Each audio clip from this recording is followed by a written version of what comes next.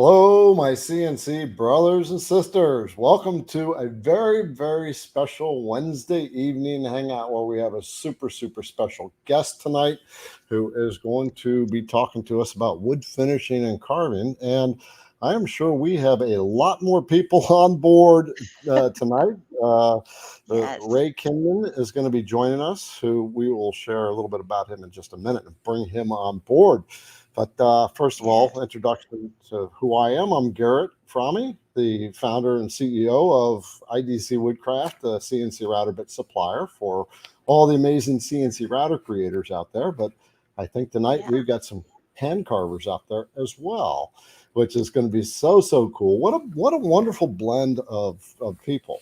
And sitting Yes. next to me is my sister, Kate Tucker. Kate, introduce yourself. Hi, all. I am Kate Tucker. I am the founder of Women Who CNC. We have a fantastic group of women over on Facebook, and we have a website, womenwhocnc.com. If you are interested in hooking up with other women who love the craft of carving, whether it's hand carving or CNC, come check us out. I'd love to have you guys. So, Yeah, All right. Well, with yeah. that, let's kick off some of our regular things we need to House kind of rules. yeah, our Yep. house rules. I'll let Garrett go over the rules. But we do have as you guys know, we've got Ray on here tonight. So make sure that you get your questions in before 9 p.m. We do have that 9 p.m. cutoff mark because the show usually runs right at an hour and 45, 2 hours, and there's just absolutely no way that we could get to all of the questions. So please make sure that you use the word question in bold capital letters. We have a party on board, Julie Ann, that works for IDC Woodcraft. She's fantastic and she helps star all of the questions for us to be able to see. So please make sure that you put question up front and then type your question out, and we will absolutely would love to answer as many questions as we can tonight. So, Garrett, you want to go over the rules really quick? Yeah, yeah. Well, first of all, the types of questions we're going to handle tonight are questions towards the master wood carver that we have joining us tonight, Ray Kinman. So, vectric related questions or CNC router related questions, unless they are uh, oriented towards wood finishing or what have you, we will pass them up and ask our CNC brothers and sisters to help us out and Yes. answer those questions for us. I'd like to introduce to you Julianne, who is in the background and no longer in the Hey, background. everybody. Julianne is the one that's going to keep all of us in line here. And she is checking, like Kate said, checking all the questions and making sure that we get to those questions. And this, Yes. so yeah, she's in the background policing everything for us and keeping us all in line. And on the Yep. sideline, well, not on the sidelines, out there talking is the other CNC shipping goddess Liberty, and she is on board. She is she's like the shipping gypsy shipping goddess of Liberty. She's the one that's always writing the notes to you and sending Yeah. M&Ms in your packages. And she has so much fun. She was like the joy of IDC Woodcraft, just always happy and what have you. House rules. Yes. All right, so we are a bunch of creators. We help each other, and we don't be derogatory towards each other. Nasty comments and such will be kicked off the channel. So hmm please, we are here to help each other. So please keep the commentaries positive. And what else do we have? I think that's it. The winners of the first comments here is Mark and Yes. Oz. Mark and Oz made it. Yes, And congratulations, you guys. That's awesome. We awesome. And if you guys aren't familiar with Mark, we have Mark Lindsay on here. He is one of our guest speakers that or guests that fills in for me occasionally on the show, and he often joins us. He is a master teacher. So if you guys have not learned about Mark, he is kind of he's just an incredible teacher. So go check out his channel. Go give him a subscribe and some love because he and Garrett both are the two staples that I personally learned from when I was learning CNC. And I feel like we have preached this so many times over and over. When you have a teacher on YouTube or somewhere that you're trying to learn from, stick with one or two teachers and then follow their platforms, kind of follow the series that they're giving you, because you know that the advice that you're giving you is going to be consistent all throughout your CNC journey. So kind of hopping around makes things a little bit difficult. Obviously, myself, I'm going to be working more, focusing on a lot more trainings in Vectric and come in 2024. So hopefully I can add some value like they have to your world, other than just here on the Wednesday nights when you guys get to hear me jabber on and answer all your girls' questions.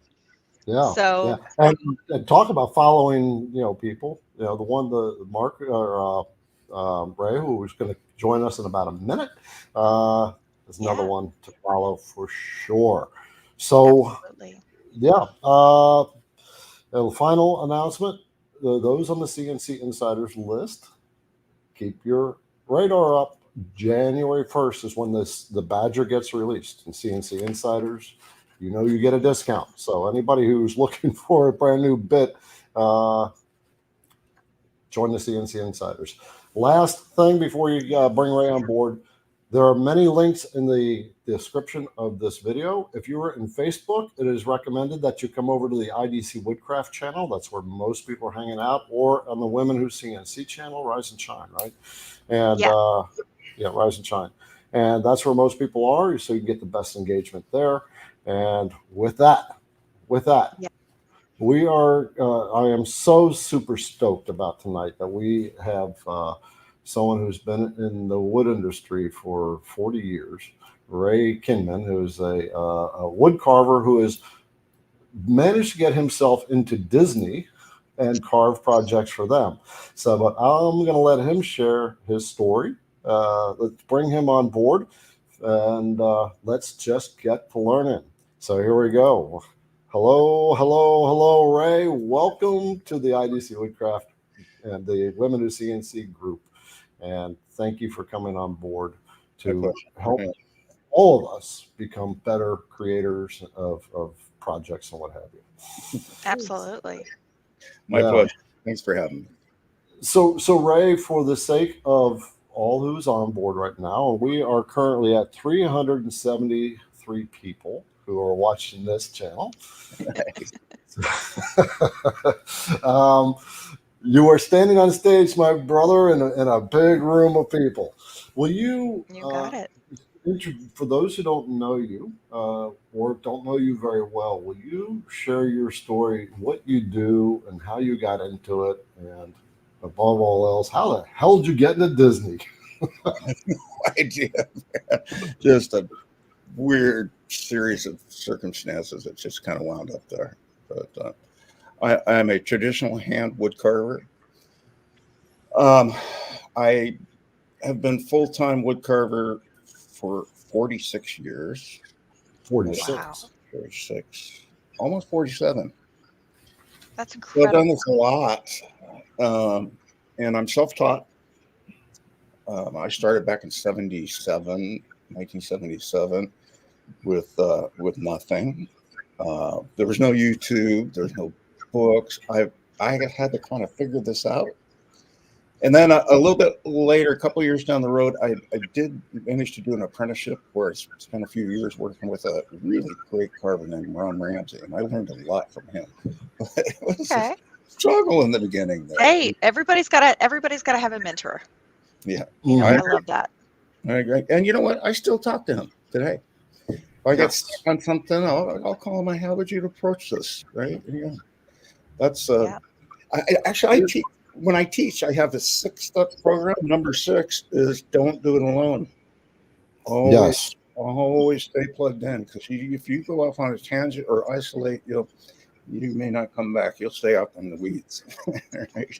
Yeah. This is something that Kate and I preach in almost every one of our lives. That if we're going to learn, we got to learn from people who know, instead of trying to figure it out ourselves. And what you said about mentors, mentors that you stick with for a long time, and you reach that point, you become best friends anyway. That's true. That's true. Yep. And then mine's Garrett, right here, so I get it. Yeah, Garrett, you've reached the stage where this. It's like nobody learns more than the teacher. So when you get to the teaching stage, it's like that's where everything comes together. So It really does. you're a great teacher, Garrett. I really loved your. Well, thank you. Thank Yes. you. I've been checking out some of the stuff that you put out there, and we're all masters in our own way, right? And, Yep. but I appreciate it. Thank you for the feather in my cap. So, Yeah, so 46 years ago, by looking at you, you must have been 2 years old when you started. But yeah, I was 19 years old, and I was a professional musician at the time. I still am. Oh my gosh.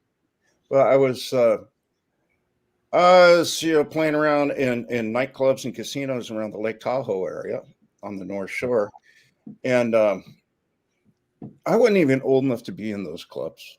But, yeah, at 19 years old, but that's what I was doing. And my girlfriend kind of gave me the news that she was pregnant, as happens sometimes, right? And so that was kind of a big shock for me. It was kind of a wake up. It's like, wow, music's great. I don't ever want to stop, but that's not going to cut it for a family. So I was kind of looking. I was looking around, and I didn't go to college. I didn't really. The only thing I knew how to do was play bass guitar. And so I was looking, and a friend of mine was opening a restaurant, and there was Ron Ramsey, the carver I just told you about, was in Lake Tahoe, and he was doing really great carvings, like carved signs all over town. You couldn't miss them. So Marty was opening a restaurant, and I was going to recommend Ron. I said, "Who's doing your sign for the restaurants?" And he says, "Well, I'm not sure, because I'm sure I couldn't afford Ron Ramsey." He says, so Marty says to me, "Why? Do you know how to do it?" And I just kind of went dead silent. My brain's going. So I totally lied to him, and I said, "Yeah, it's been a while. I might be a little rusty." And how rusty could I have been? I was 19 years old. Well, sometimes people just know when you're lying through your teeth. I mean, I don't know what to say. Always served me well. I mean, I had no money. I had no tools. I didn't know how to do it. I had no place to work. I'd never done any woodworking, and I was not an artist. But for some reason, I thought I could do it. Right. So that's how I got started. Yeah. And we call that the can-do spirit. That's the entrepreneur right there. That's just the can-do spirit. You don't know how you're going to do it. You don't know what you're going to use to do it, but you're going to do it. So, I call it the truth in advance. It's like, it's not actually a lie. It's true. It just hasn't happened yet. Yeah, reality just hasn't caught up yet. That's right. Yeah, so that's how I got started. Yeah. All right. So you started working with Ron, and did it just kind of like naturally build into this progression of him being your mentor and teaching you, or did he actually like discover at some point that you had no idea what you were doing, and you kind of like how did that relationship flourish? He's a great guy, and he's such a good wood carver that the way he taught me was I just watched. I watched, and I'd clean up and I'd do the prep work for him, and then one little thing at a time, he'd let me get my hands. He was really good that way. And then probably the best teaching method for me at that time, he would just leave. And I was stuck. And I was like, no, I gotta get through this somehow. So that worked for me, but it doesn't work for everyone. As a teacher now, I can tell you that you have to meet your students where they are at, right? Yes. You just get right there, because most of us are confused, and you're kind of scared. It's a little intimidating. So he met me where I was at. I was even though I was afraid of it, he just knew that the right thing for him to do was to let me wrestle through it. That's awesome. That's awesome. Now, where did you start when you were? I mean, because you said you were a musician, so I'm assuming musicians do a little bit of traveling, and then you found out you were going to be a dad. So where were you when you met Ron? Well, it was North Lake Tahoe at the same time when Oh, I was yes, a that's right. musician. So, the traveling that we did was not nationwide or anything like that. It was fairly Okay. local. So I Gotcha. still do that. I'm still gigging. But Hey, that's all right. so it was a small town at North Lake Tahoe, and it really wasn't already one Ron Ramsey there, right? So Right. I figured out I needed to get out of there. If I was going to make wood carving a career, I needed to go do that somewhere else. So, and Okay. I also wanted to go to Southern California to play music. I had some stuff coming up down there where it was like, okay, this is your chance to kind of find out if you're going to do that or not. So I kind of took both of those opportunities. I moved my young family down to Southern California, and I started my carving business Okay. there. All right. Huh. Well, You know how I And then- started? Because I was thinking Yeah. about it. I was trying to think of, in case you asked me this question, how yeah. I had nothing.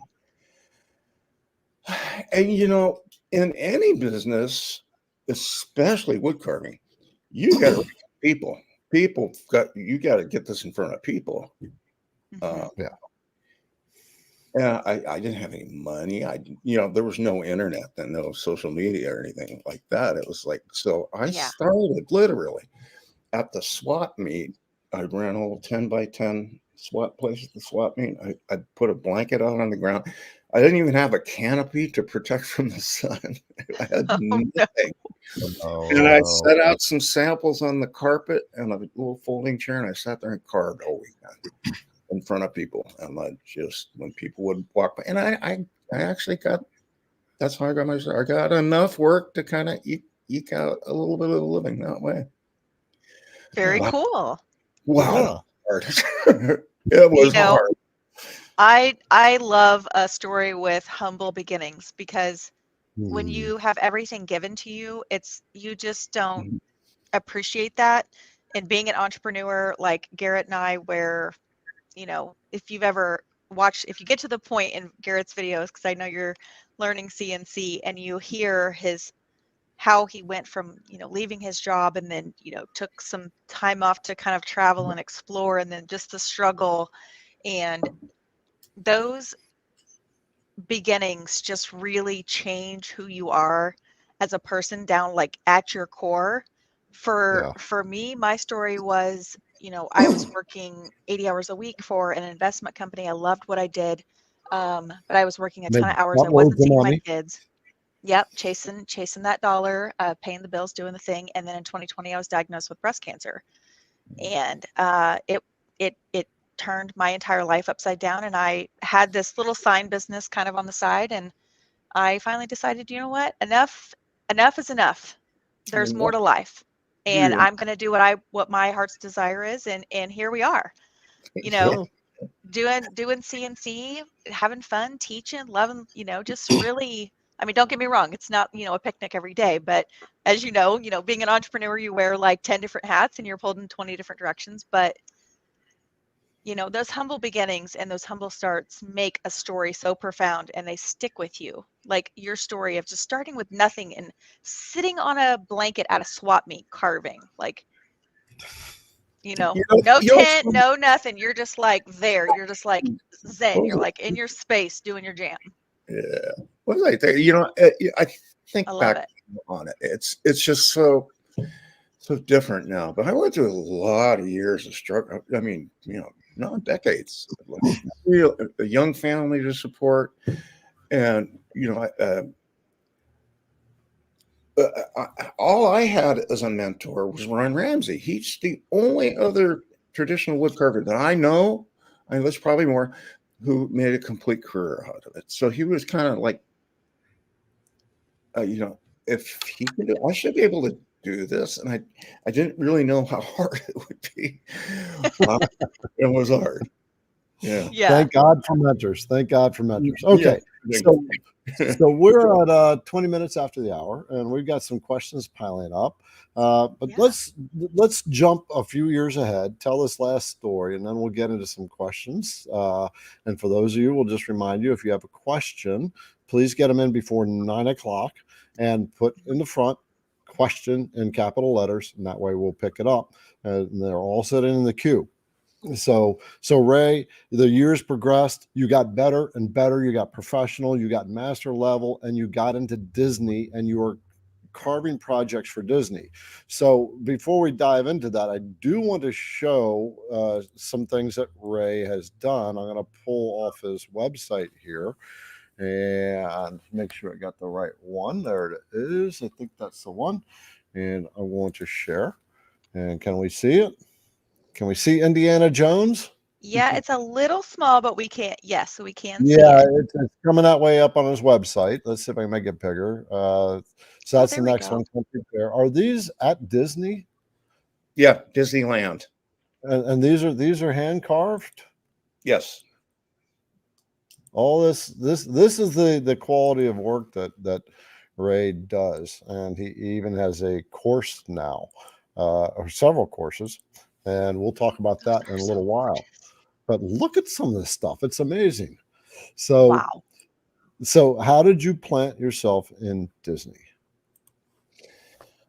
It was a lucky break, actually. And, I'd like to say it was some, it was a lucky break. I'll tell you the story is this. When I moved my young family down from Tahoe to Southern California, I grew up in Southern California. So to me, Disneyland was, I didn't pay much attention to it. It was like that place you go stand in line. That's about what I thought about it. And, but my kids were really small. And so we did what young parents do. You take your kids to Disneyland, right? So, and they're just little ones. And we're going to Disneyland, and I'm looking around, I'm going, wow, these people are really good. I didn't see it until then. Yeah. And I'm looking around going, I bet I could do stuff like that.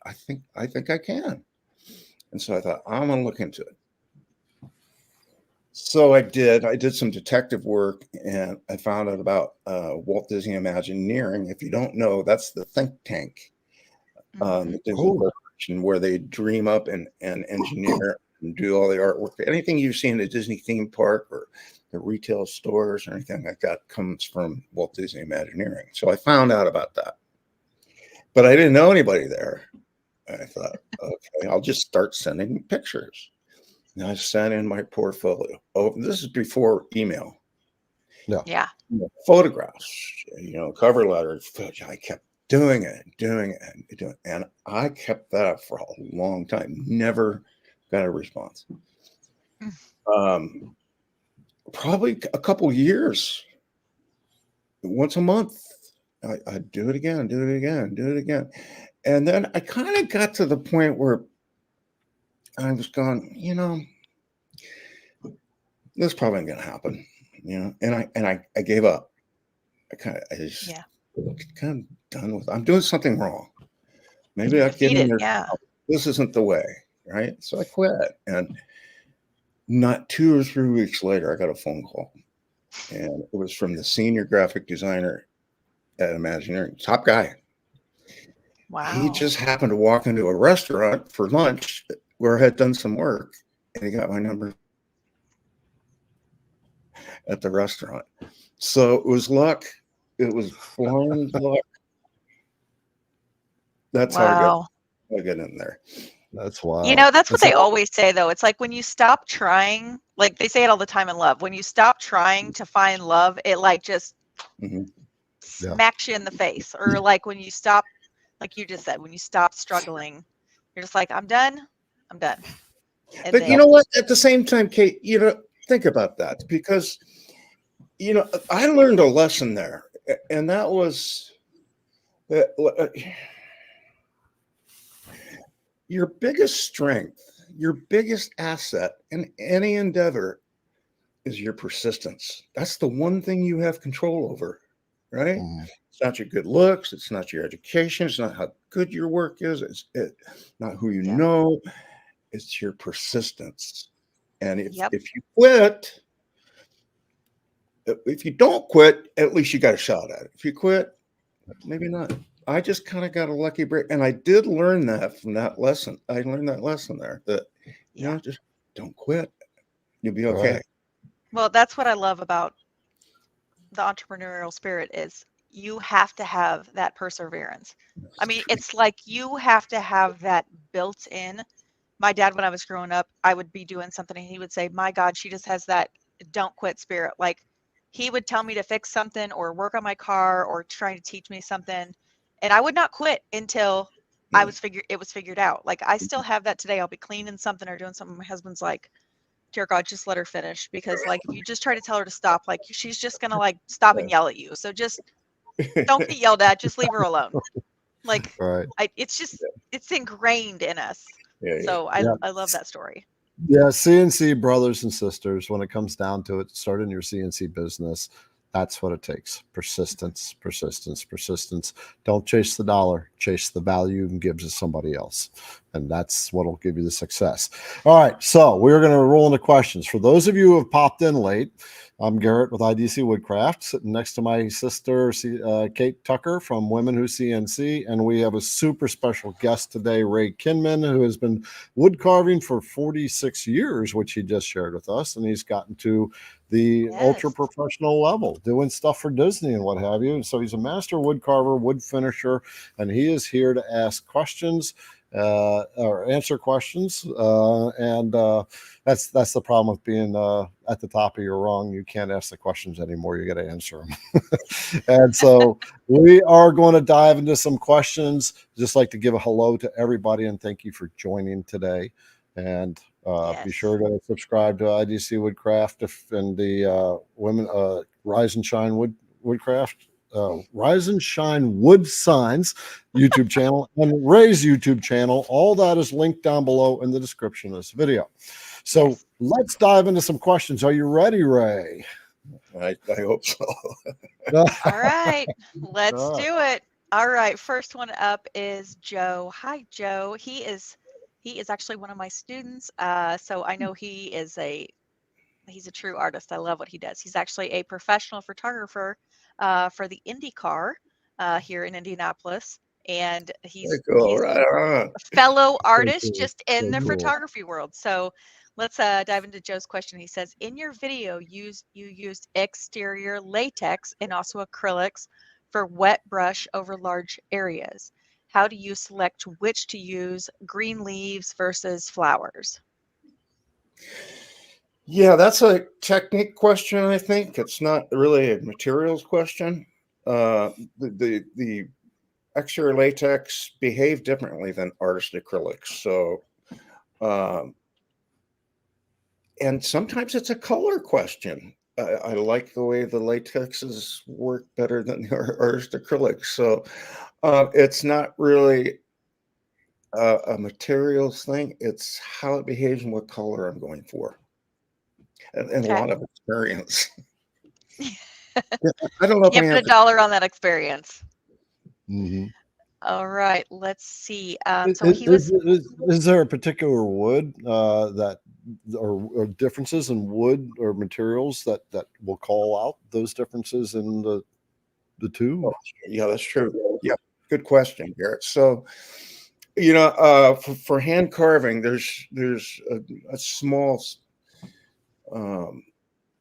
there's only certain species that work well for it, that have a very tightly woven grain structure that will hold the detail and are yet soft enough to be able to pull it off. So I use mostly gel Yutong wood. It's a hardwood, but it's a very soft hardwood, and it's from Malaysia. It comes from a rubber tree. It's the type of rubber that they make chewing gum out of. So it's like a blonde colored wood, very tight grain structure. But Ore Hunter's mahogany is the other one. Now, both of those they're hard to find. It's kind of hard to get. You kind of gotta be a good detective to find them. Yeah, but, sounds like it. To answer your question, Garrett. So the internal structure, if you look at a block of wood, it's a block of tubes. like straw, right? Right. And I saw a demonstration at a woodworking show one time. This guy took a piece of wood, he put one end of it in like a bowl of water, and he blew on this end, and bubbles came out. So it really is, it's a block of tubes. Yeah. So different Wow. woods have different density, and they soak up moisture differently from one another. So Honduras mahogany is much tighter, more closed grain, and it kind of, it doesn't soak in and penetrate the wood as well as jelly tongue. It's very loose, open grain, and so the paint behaves differently with jelly tongue than it does on Honduras mahogany. So it is kind of, it's material oriented that way too. Okay. That's interesting. That's an interesting thought. I would have never thought as like tubes and, you know, but I do know that, yeah, paints take very, very differently to different types of wood. So there's a lot of prep work and all of the things. But let's see. Joe had kind of an additional follow-up question. So let's pull that in. He said the difference between basic acrylics and heavy-bodied acrylics. Yeah, that's another materials question. As far as I can tell, not much. You know, there's a price difference. There must be something in there, but I use the basic stuff mostly. Works great. Okay. And I've got pieces that have been, you know, some of the early stuff, like 45 years. And I mean, they don't look like new, but they're still there. I mean, those acrylic paints really do last a long time. Okay. I don't think it's really, you know, maybe for an acrylic painter, like a portrait painter or something, it might behave a little bit differently, but not as far as what I do. Okay. All right. Well, let's see what we've got here. So question for Ray. How do you paint multicolored projects you cut on your CNC? Also, best paint recommendations. Thanks. How do you paint? First, become a painter. Sorry, It's that's tough. a good question. Okay, so for the stuff I do on my CNC, I'm doing, it's a little different than most CNC carvers are doing, and I'm brand new to it. This is brand new to me. It's super exciting, super fun. It's like, It is. I feel like a little kid. I know nothing. It's great. So for CNC, I'm doing a little bit different. So I'm an artist, and you know, like an artist who does paintings. They can do like their one original painting, and then they can do a limited series of lithographs that, you know, they can reach more people in the price point. So that's what I'm doing now. I'm using my CNC to do limited series editions, like signed pieces. Oh, that's cool. So Yeah. The original is hand carved, completely hand carved. And then we do a scan, a 3D scan of it to make a model. And then we're doing the reproductions on the CNC, at least roughing it out on the CNC. Yeah. Then by hand come in and dial that whole thing and then put the colors in. So to answer your question, how do you paint them? CNC carving painting isn't any different from hand carving painting. It's, you know, Yeah. Here's a really key thing. I never plan my colors when I'm going to do something. I don't. If I'm looking at a very complex piece, I just start with what I know. Like I know Mickey Mouse wears red pants. So I start there. I know that tree behind him is going to have a dark green background. So then I go to that. And that's how I do it. I don't plan anything. Are you more of a visionary artist? Like you can almost just see it and kind of feel it, well, like what it should be in the feeling that the art should give you? Is that sort of, Kate? It's more like this. Like color is it's really tricky stuff. You can take one color, say the color red, and you put it next to the color yellow, and it looks one way. Or the color white, you know, red against white, it looks one way. You put red against brown, and it completely changes. So it depends what color you compare it to. For example, like one of my workhorse colors, it's a color I mix myself. I call it butter color. It's on my videos, the formula for it. But it's like a very creamy white. I mean, as you look at it, that's yellow. But when you put it on a brown background, it looks white. Because most people are used to looking at color on a white background, paper or a video background. So it looks one way there, but it looks completely different when you put it against a brown background. So the reason I don't plan my colors, it's not really a visionary thing, Kate. It's I look and see how they start developing, and sometimes it's really slow. I'm working on a piece right now that I'm not stuck. I'm just like pausing on it because I'm not sure exactly what to do next. You want to see it? You want to see it, Kate? Sure. Yeah, I would love to.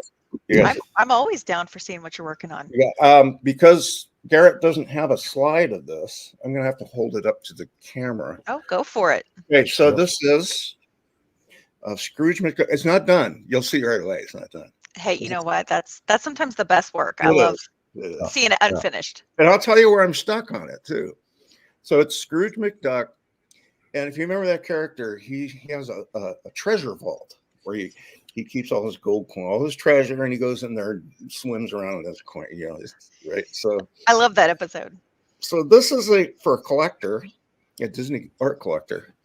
And this is going to be mounted in the wall, just like a wall safe, like with this safe door swinging open. And it's Scrooge McDuck, and you can see into the treasure vault behind him. So it's not done, but I hope you can see this picture. Oh my gosh. Oh yeah, I love it. Oh my gosh, that is fantastic. And this is all hand carved. All hand carved. Yeah. That's about 10 inches thick, 10 inches deep. Wow. Wow. Okay, so see how the safe door looks like it's swinging out into the room? Yeah.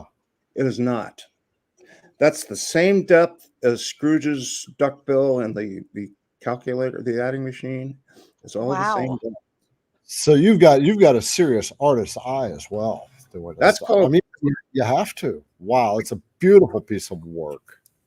So that's called perspective. When you can trick the eye into believing that it's deeper than it actually is by the way the drawing is done. Now, I didn't do the drawing for that. That was done by I have two artists that I work with.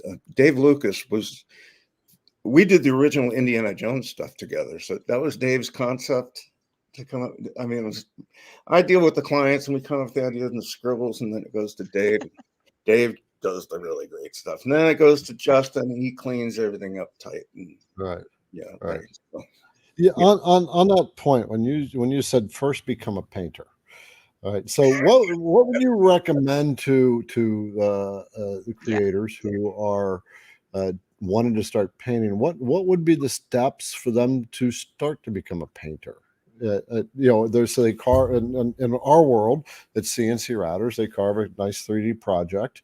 And by the way, everybody, Ray has a course that will walk you through that, which is linked down below in the description as well. And so he has a 3D model of that he will give you. You carve it, and then he walks you in that course how to finish that. CNC Insiders, that you get special deals, right? So just make sure you wait until the end of this video because I'm going to send you an email. For those of you, CNC Insiders is an email list for IDC Woodcraft over there, and see, I'm always working to get special discounts, and many of them are exclusive to IDC Woodcraft, and I keep them to the CNC Insiders. But you can join the CNC Insiders list. That is actually pinned in the first comment below in the video of this YouTube. And get on there, and I'm going to send you a special email right after this show. And also, Monday release of the Beast, you get a 15% discount. And for 4 days, for 4 days, I'm giving 150 design files away with the beast, with the badger. Okay. Anyway, let's get back to your stuff, Ray. How does somebody start to become a painter? You know, I mean, that's a great question, Garrett, because, you know, I wasn't an artist when I started. I didn't even know I was an artist. I could draw a little bit, and I still don't draw that well. So I learned by imitation. You know, I would try to copy stuff. Like, how did they do that? Figure out. You look at it really close and try different stuff to Yes. get the same technique. So, you know, I just ripped everything off. Actually, Hey, I mean, you got to start somewhere. limitation. Well, you know, here's where you start. As Kate and I are Yeah. always preaching, start from the masters, right? Ray, you've Yep. got a course that teaches people. So that's where you start at. All right. You think, 100%. you think Michelangelo didn't do that? He No. did. No, we know we did. Everyone who has reached heights like that have had mentors. Mm. They've had people who guided them. All right, let's hit another question. All 'Cause they're right, piling let's see here. We have Steve. It says, what would be an all-around timber finish sealer you would recommend that is hard-wearing, moisture-resistant, and durable? Great question. There's no magic formula that I found, and my experience is a little bit limited. So for all around timber, I don't know I can answer that. I could tell you for what I do, it's been almost 50 years of trial and error, like trying to find the thing. And I think I got one that's good. The short answer is this. If you're going to put a piece of fine woodworking out in the sun and elements, it doesn't matter what you do. I mean, we can slow it down, but the sun's going to win that argument, right? Yeah. But we Every can day. slow it down. And so I've kind of got a good formula that works for the types of woods that I'm using, but not all. Because so to answer the question, it's raw wood. And I first put a penetrating oil coat sealer on it. I use a product called Penofin. That's PENOFIN. F is in Frank. Penofin Verde. That's the green formula. That's the less toxic, environmentally friendly product. They also have their traditional Penofin product, which is actually a little better, but it's just toxic. It's just terrible stuff. Oh, really? I use Penofin Verde. So that's an oil-based product, and it penetrates, you know, those straws in the wood. They actually suck moisture into them. So it penetrates inside of those straws, and then it does its stuff inside the wood. And that's just for starters. Start with that. Okay. And then that has so Ray, I'm bringing up something off of Amazon. Which one would it be? the one on the, as I'm viewing it, the far right, Penofin Verde. It's green. Okay. Yep. This one here. They have different colors. I use redwood color. Okay. Okay. All right. Very I'll throw a link in the description here for this. Sometimes I use clear. Depends on what I'm doing. Okay. So Very yeah, cool. so that penetrates in there and it hardens and it does its thing, and then you have to let that cure for a little bit. They say 7 to 10 days.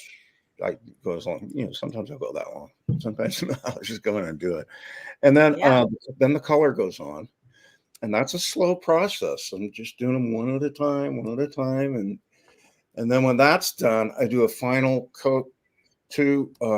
And the product that I found that works really well, at least for the woods I'm working on, is called Master Clear. It's called it's a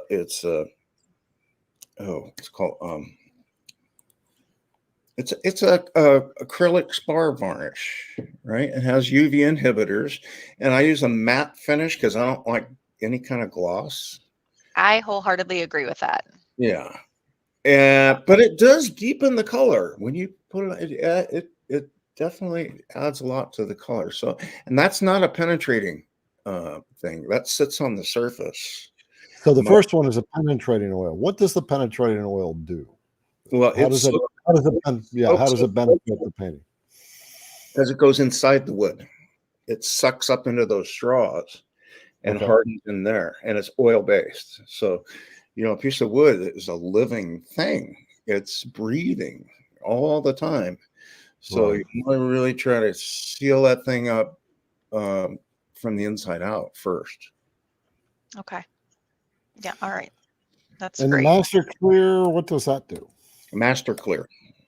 Yeah. That's the final thing that really they both have UV inhibitors in it, but that's the thing that really kind of glazes over the outside. And that might need to be done from time to time. Depending on sun exposure. And for example, I used it I carved a tiki for my backyard maybe 2-3 years ago, and I used the same for my tiki, and it's looking pretty weathered, but it's monkey pod wood, so it behaves different on different wood. And that's another point. Sometimes I like it when it starts looking weathered, like the Indiana Jones stuff we did for Disneyland. We didn't use anything. We just put raw wood out, and it was like we wanted it to look like an artifact in the jungle. And within a year or so, the thing just looked like it just looked terrible. It was great. It's it looked terrible, but it was great. Great. That's what we wanted. Sometimes you just got to roll with it. They don't know, and it looks rustic. It looks unique. Indiana Jones was not one for perfection, so. He's an archaeologist. Is that the right word? Yeah. Yeah. Wanted to look like an artifact he uncovered in out in the jungle somewhere. Totally cool. Yeah, so you're looking for the feel as well. Right. Yeah. Okay. Absolutely. Hey, Kate, I think there's a question that we've missed. One from Richard. Okay. All right. Let me pull that up here. Says, question, what finish should I coat in a pocket cut before pouring epoxy in the pocket cut? Thanks for a great hangout, Garrett and Kate. So Richard, what I personally do with epoxy, Ray, do you use epoxy at all? Rarely. Okay. So Richard, what I usually do is I will use a sanding sealer inside of the pocket cut because it seals the epoxy. Just be careful not to put it on too thick because it's kind of like a bubbly substance if you stir it too vigorously, and then it hardens like glue, and it depends on what type of an epoxy you're trying to use or if you're going to be surfacing the top of it. So just make sure you put it on kind of in thin coats. It usually dries 5-7 minutes per coat, and then just let it really dry for a good 3 to 4 hours before you pour your epoxy, and just make sure everything's hard. You don't have any like soft pockets because you don't want to create any bubbles in the resin from it not being fully cured. So that's what I like to do in my epoxy pours. Yeah, I'm putting that in the comments. It's the one I use is the Minwax sanding sealer. That's the same one you use, Kate. Yep, and that's same one. one. Oh, you were going to say something, Ray, and you nodded your head really big when Kate said that about sanding sealer. Yeah, because I was going to say sanding sealer, right? But the thing to really pay attention in a pocket cut is you have face grain, the bottom of the pocket, but then you're exposing end grain around the sides where those tubes are exposed. So you really got to pay attention to sealing up those exposed tubes around the edges. Absolutely. What's the best way that any creator, whether they're hand carving or CNC carving, can determine the porosity of the wood or the suckiness of the straws as how much they're going to draw into the tubes of the wood? Try it out. There are you can look up technical specs for different woods, and they'll tell you that stuff, the hardness, the interwovenness of the grain. I don't understand. I just try it. I'm always testing something out. A little trial and error. Mm-hmm. Are there preferred woods besides the ones you mentioned? Yeah, to help minimize that. The premier carving wood is Jolly Tong, the blonde. The one you said. that it's hard to find. Honder's mahogany is like my favorite wood ever, and it's hard to find too. They were just like hauling out of the rainforest so badly that they just Oh, wow. stopped. You can get it if it's certifiably and sustainably grown and certified. You can still get it. But for domestic woods, a lot of carvers use basswood, which is similar to Jelutong. It's much more porous. Oh man, it just sucks up sealer. It's just amazing. And it hand carves beautifully. It doesn't power carve as well. It kind of gets fuzzy. For some reason, it tears when you use it. It's pretty soft from what I understand. It is. Yeah. Butternut's great. Black walnut is really good for carving. How about English walnut? Do you like English walnut? Never tried it. No? I really like English walnut. It's so pretty. It's kind of that sweet spot in between just the walnut, and it has almost like a, I don't want to say chestnut if that's the wrong word, or the wrong color. I don't know. I really like the English walnut. It carves so beautifully, and the characteristics in it are just outstanding. So, all right. Well, we have a pile of questions here. Yes, So we will, let's see if we can't try and knock some of these out, and let's see what we can do here for some folks. So we have Yolanda. She is asking, what color do you use to spray your carvings before painting? I use raw sienna, and it's too orange. Thanks. Wow. So I need to clarify that a little bit because I don't spray my carvings before painting. I'm thinking maybe she's thinking of some kind of base coat or sealer, but I use an airbrush for my backgrounds. Like, here's a really good thing for you to know for color theory. Dark recedes from the viewer, light comes forward. If you want something, it's like shadow, right? Shadow is the way. Shadow's another. Yeah, but that's true. That's part of it. If I want something to recede from the viewer, I darken it up. If I want something to come forward, I use light colors. And so I typically I use an airbrush. This is all on my video course. To darken the background a little bit, just a little bit with an airbrush that kind of pulls the background away. I'll show you a picture. Okay. See, you'll see it right away. If I can get this working. Yeah.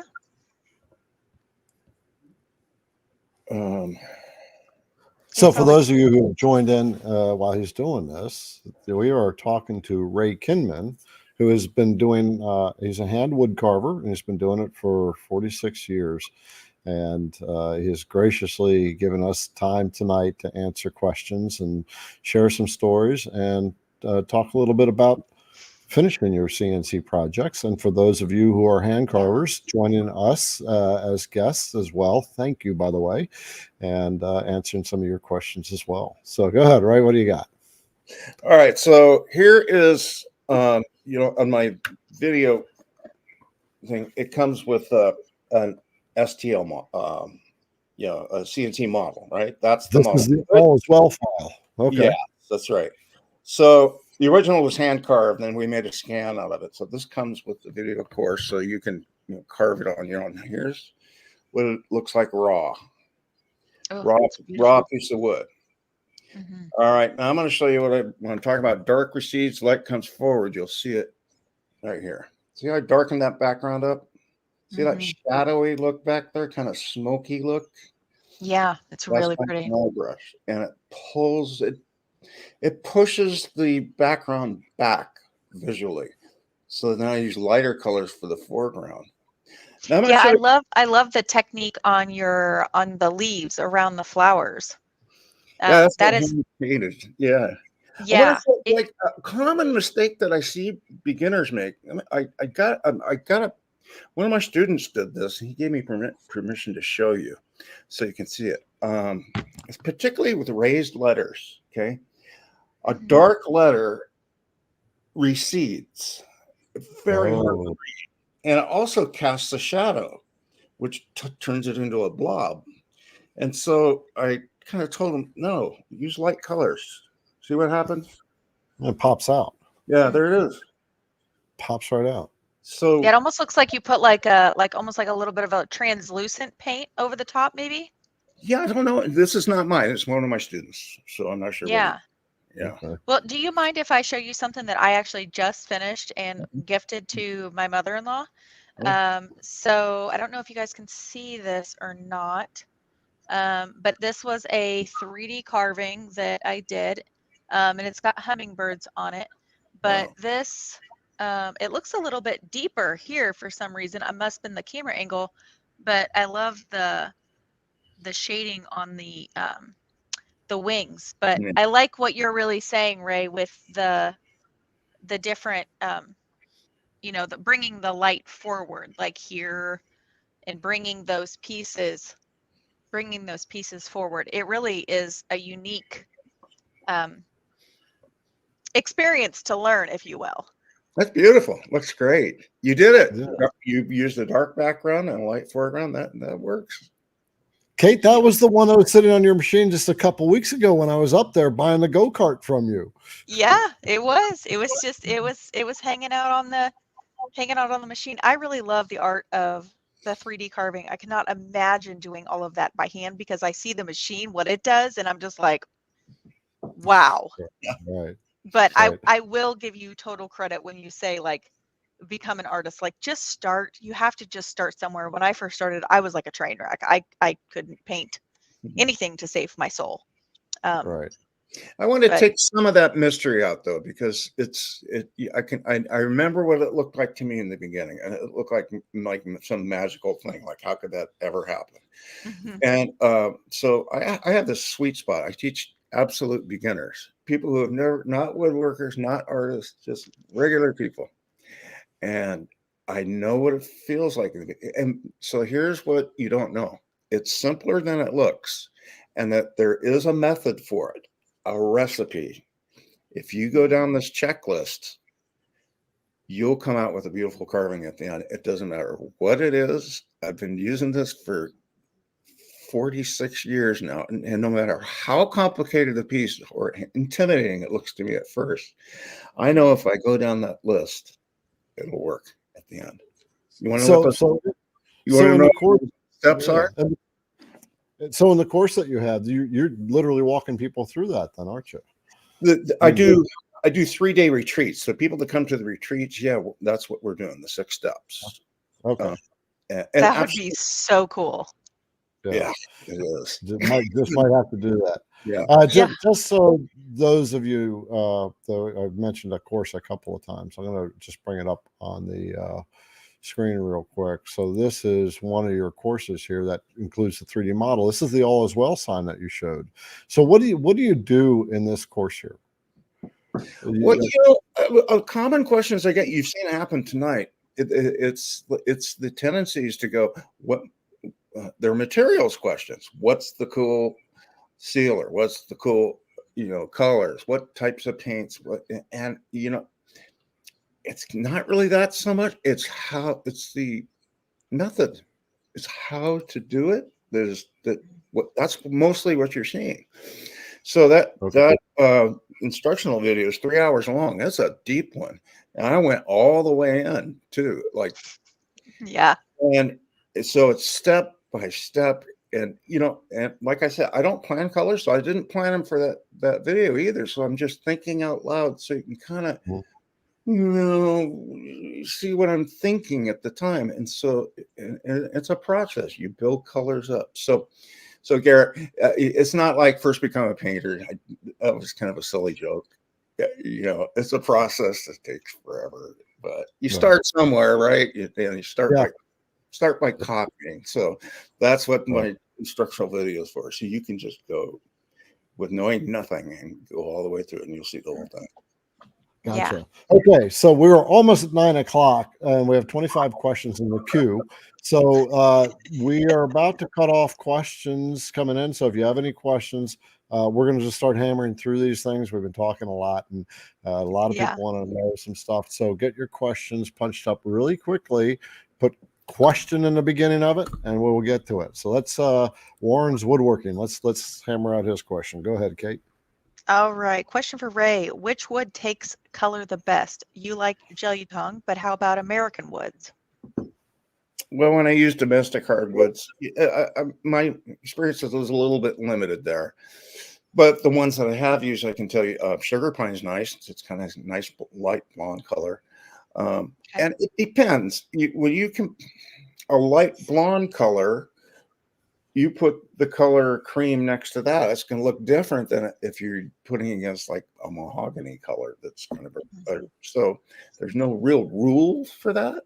So when you say take the color the best, I'm not sure I understand exactly what that means, but if you're limited to domestic woods, sugar pine's great, western red cedar's great. The darker colors, I like black walnut. That's nice. Butternut's kind of a golden middle colored wood. And for CNC carvers, it's not as picky as for a hand carver. There's only certain woods you can use to hand carve. So I imagine you got a broad spectrum of colors that you can use. Yeah, I'm thinking maybe he's talking about, or she, I'm sorry, I'm assuming male Warrens. Maybe like when you're putting the paint on, does, certain paint soak into the wood a little bit more? I get asked that a lot when you're working with gel stains, oil-based stains. Do I seal the wood before I paint? That type of thing, because paints have a tendency to soak in or bleed, things like that. So maybe which wood might take the color the best way. Well, that kind of opens up a whole other thing too, is that sometimes I want the color to bleed. Yep. Sometimes I want the wood to show through, right? So I'll use an extender. I'll put a coat of extender on the wood, and then come in with really thin down color, and it'll just like bleed into the background very softly. So so if you're going for solid opaque colors, well, you can get there by just repeating and do coat after coat after coat, and you'll get there eventually. Gotcha. Hey, Kate, one of our CNC brothers has contributed to us. Oh, Harold. Very nice, Harold. Thank you. That is so generous, Harold. We love when we have our donations that come through. It's just a really generous way you guys are showing us a little love. Garrett, I can't remember where they can donate if they want to do that. Yeah. So Harold has generously given us $20 and to say thank you. And that's just one, like Kate said, one way people say thank you. On the IDC Woodcraft channel, just below the video, there's a little money sign. And as you click that, you can, donate a little bit, and that helps us out and inspires us to just keep on going. I mean, we're just inspired anyway, but it's just, it gets us a burger and a beer. So we'll put it that way. Thank you. There you go. There you go. Well, thank you again, Harold. That was very nice of you. Yes, thank you, Harold. All right. So let's see. I'm not sure how Gary's question popped up there. Joe had another quick question. How does basswood compare to gelutong? Yeah, they're similar in carving characteristics. So how does it compare? So basswood it hand carves beautifully. A nice, glossy, clean cut. It holds detail beautifully. It's harder than gelutong. So gelutong is softer. It's not, and oddly enough, basswood is more porous. So it takes more to seal it than it does gelutong. So, and the main difference is basswood hand carves beautifully. Gelutong hand carves beautifully. Basswood doesn't machine carve as nicely as gelutong does. It gets fuzzy, particularly if you're doing like Dremel kind of cuts and stuff like that. So it's kind of fuzzy. It's harder to deal with power carving.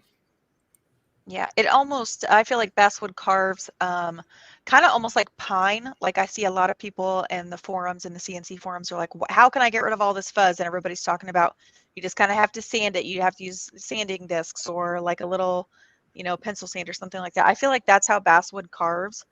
It's not one of my, like you said, it's not one of my favorites for carving with the CNC. Cedar's kind of the same way. It's just so soft. You get a ton of fuzzies. The best way to carve cedar on a CNC is at an angle. That's the best way I've come up with carving it. Yep. Carving it on about a 45. That's really, otherwise if you're carving it at a raster cut, which is just straight back and forth, you get a lot of tear out and it just gets really stringy and kind of grainy. So it's not really, it's just doesn't make for a fun project at the end because you're just really frustrated. So, all right, let's see here. We have a unique question from Tall Paul's Dank Tank.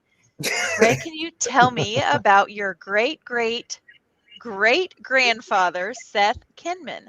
I hear that he was a great mountaineer, artist, and musician. Was he famous? Well, let me tell you about Tall Paul. That's my little brother, Paul. Oh. Hi, Paul. It's good to see you, brother. I like that was the giveaway. That's his way of saying, "Hey, bro, I'm here." Nice. Yeah. So nice. Seth Kinman. This is just odd. Seth Kinman was triple great grandpa, and he was an early California pioneer, fur trapper, and so let me get some pictures of him here. There it is. And he was actually kind of a rock star in his day. He find a different one. He was like a storyteller, and he toured all over the country. This guy walked across the continent on foot 5 times. Wow. It keeps bringing the same picture, but you got to see him. Hold on a second. Come on. That's incredible. 5 times across the good night. I don't know. He must have been in some pretty good shape to do that. I mean, and he was a furniture maker, and he was the first white landowner in Humboldt County, California. Huh. That's pretty unique. Yeah. All right. Well, he's digging that up. If you're enjoying having Ray on here and liking what you see, please give us a thumbs up below this video on the YouTube channel or on Facebook if you're hanging out on Facebook. And remember, there are links down below in the description for many things. Kate, if you want to schedule one-on-one with her with your Vectric or CNC questions and epoxy questions. Yes. Contact information, Ray's contact information is down below. His website and the courses that he offers is also down below. As we all know, what makes a project look absolutely amazing to the next level is how we finish it, and that's what Ray is good for. So he's got that course, and of course, CNC Insiders. Just hold your horses if you want to do it. I've got an email and send it to you. All right, Ray, you got your picture? Okay. You want to see Gramps? Yeah. Yes. Bring him on. There he is. There you go. Look at that. Oh my goodness. That's a grizzly bear chair that he made. Oh, really? I see that. I was and like, so what when is you happening? rock in the chair, his jaws would open and shut. And he'd snap open and shut. No kidding. That's Seth Kinman. Wow. That's pretty cool. Thank you for sharing that. A was my brother's bear chair, literally a bear chair. Bear chair. So cool. I love it. All right. So let's go ahead and let's pop in our next question here. So we have a great question from Gary. It says, in Ray's painting training video, he uses an airbrush to paint the carving a light brown tan color. I don't understand why he did this and not just let the natural color of the wood. Yeah. So dark recedes, light comes forward. I darken the background up that light tan color so that it appears to recede in the background. See the smokiness back there? That's what he's talking about. Okay. The reason I do that is so that visually it pulls back and offers contrast for the viewer. Yeah, I love that technique. It's really, especially as a sign, like I'm a like avid sign maker. That is huge, especially when you're working with raised text, because a lot of us CNCers like to do projects like stack text, and getting the right, and then picking that right contrasting paint color is literally everything, because sometimes you'll see people that'll do like a really trying to think of one that might like that's kind of caught my eye before.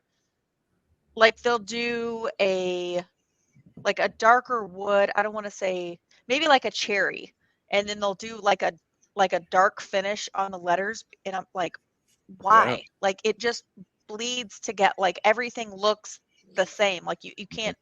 There's no dimension. You need a little. It needs a little pizzazz to like draw the eye to show you what you've carved. Otherwise, it just looks together. Correct. One of the things about that question that was there is I don't understand why this person, why he did that. And if you think back to the movie Karate Kid, like the first one, wax on, wax off, wax on, wax off, and he never understood why the master had him do that, right? And so of course it's always good to ask, but sometimes we just have to do it until we can see it and learn ourselves. I've learned many times that I don't understand why my mentors have me do things, but I've learned to just do what he says to do, and eventually that understanding catches up. By the way, Kay, have you ever reversed that? Done like a dimensional letter, a raised letter with a light background and a dark letter? Have you ever tried that? Yes, Looks I have. Weird. Looks weird. Yeah, it's the background's trying to come forward and the foreground's trying to move backwards. Okay, you've had that. Yeah, it's I won't say it's my favorite, but I will say this. I've done some like really beautiful birch, and it had some really unique spalting throughout the wood. And then I carved, it was actually companies, it was a heating and cooling sign. It was called Turk's Heating and Cooling. And we actually did an ombre because it was heating and cooling. So we did an ombre like fire on the heating, and then an ombre like the blue to like the light blue to the white in the cooling. So it looked unique, which is what I was going for, but I liked the dimension was, I don't know, it all just kind of like jived with the project. So, there's been a couple of times where I've liked things like that, but usually, yes, I do prefer the dark in the back and the white out front. It's like my preference, if you will. The reason you prefer it is because dark recedes, light comes forward. That's the rule. I mean, here, like, look at my like logo sign right here. Yeah, okay? Like, right there. Yeah. Dark light. This one, dark light. My two examples, if you will. So, hey, we got another gift here from Dan. Oh, well, thank you, Don. This is a Don. $20. Thank you, Don. Thank you, Don. It's very generous. All right. Are you ready to do more questions? Yeah, let's do it. This is Patrick, brother Patrick, who has been following the IDC Woodcraft channel since it started. He has been the longest guy out there. And, yes. What's going on, brother? What's his question? Yeah. All right. He says, I do a lot of projects in MDF. What is the best method for sealing MDF for painting, and what is the best type of paint to finish with? Man, I've done exactly one of those, and it was recent. So I'm going to pass this one. I mean, I use a spar varnish and just coat it until that thing was solid, because it's very porous, right? So, very porous. Can you guys see, Kate? Do you know the answer to this one? Yeah, so I mean, I'm going to stick with what I know before. I've done epoxy in MDF, believe it or not, in several projects very successfully. I use my sanding sealer. It's my tried and true. I mean, it really does a good job. In MDF, the trick is, like you said, you need to seal the sides. It's not just the bottom of it or the carving of the letters. You really need to seal the entire project. Something I like to do is use like a sponge brush when I'm working with MDF, because literally it goes on and then it's like gone. Like you literally can have like a 12-inch board, and by the time you put it on here and get to the other end, it's already dry. So because MDF is just so incredibly porous. But if you're just looking to paint, like if you're pocketing letters or V-carve or whatever your choice of carving is, I like to seal with the sanding sealer. It's kind of a jack of all trades sealer for me. I mean, if you're in a dead hurry, you can use like Ray said, just like a varnish or polyurethane. Polyacrylic works really well. Polyacrylic dries a lot faster than your polyurethane. So you can try both of those methods, would be my suggestion to you for using MDF. All right. All right. There we go. I put a link for sanding sealer in the comments again. So. All right. So we have Mr. Nick here. He says, Raymond, has there ever been a project or commission that you found yourself stuck at some point? Yeah. Oh God, yeah. I'll show you where I'm stuck on this one. The reason I show you this picture because I got stuck on it. So the original, the Scrooge McDuck wall safe thing, the wall safe, they're metal. So the original idea was to paint it a mirror silver, maybe use white gold or something on the safe door and everything. And you can see, what happened to my picture? I'm sorry. Well, while you're doing that, there's a hi, Uncle Ray out there from Don. Yep. Hi, Don. Where are you? All right. So I'm stuck. See that safe door and the ring were originally going to be a kind of a mirrored silver color. Okay. I don't want to do that. I like the wood the way it is, right? So I think I just let it sit. It's been sitting for a couple of weeks. See the little sample thing next to it where I'm testing out some colors on a piece of wood? Yeah. So I'm, comparing, and I know what I'm going to do now, but it's too important. I'm not going to just go into I felt like if I did a white or mirrored silver all over, it'd be too bright and it would lose its organic feel. So I'm going to use spots of it, but I got stuck on this one, and it's like I'm not going to touch this until I know what I'm doing. Right? Gotcha. Yeah. I have a question for you. How long does it take you to do a piece, like start to finish? Well, it depends on what it is. Well, the one I just showed you. When I just showed you. Well, so I have carvers who help me. I worked alone for decades, but not anymore. It's gotten too big. So there's a group of us that we ship them back. Really good carvers.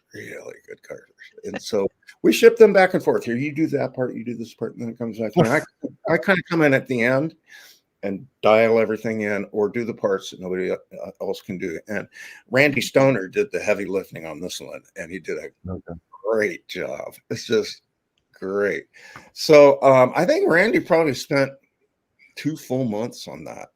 And he carves, he's a nut. He goes down in his cave and he's down there for 12 hours at a time. Oh, wow. He just loves to carve. So I've been painting it for 6 weeks now. Okay. But that's a really hard one. That's a really hard piece. Most of them don't take that much. So a project like that, it's what, about yay big? Sure. It's maybe 3 feet. Okay. Yeah. And big piece. if you want to, what would a commission project like that go for? You know, I probably If you should, want to share. because it's my client that I feel like that might be confidential, but Okay, yeah, of course. Yeah. strong 5 figures. Okay. Okay, that makes sense. Okay. Yeah. Those are that is not something you could ever replicate. That is a one of a kind going to wind up in a museum Right. somewhere. Yeah. It actually will. Let me show you. I got to show you one more picture. I believe it. This is just 100%. this is just too cool. So you see the treasure vault in the background back there. Yeah. Right? All Yes. right. Let me show you what that really looks like. Oh my. Wow. There's like 800 gold coins back there, and that's 23 karat gold leaf on them. Wow. And you've carved each coin to give it the. Yeah. Now look at the ceiling and the walls and the Yeah. lamp. Yeah, the texture of like the grain in the wood is what I'm noticing, and like the almost like foiling on the lamp and the bronze on the inside of the lamp and the bulb and just the lines of the brick and the alignment of the bricks. They all are very symmetrical. And see how it looks like it's 20 feet deep? Yeah. It does. It's 3 inches. That's forced perspective also, where you can force the eye into believing that it's deeper than it actually is. Yeah. I mean, even look at his hair, like just like on the top of Scrooge's head, like you can tell that there's the white and then it's got that little bit of like fanning. I'm not sure what the technical term is, so please forgive my ignorance. But just how it's all coming out, like everything just looks so perfect. So look at his head, Kate. You see, can you see the wood showing through?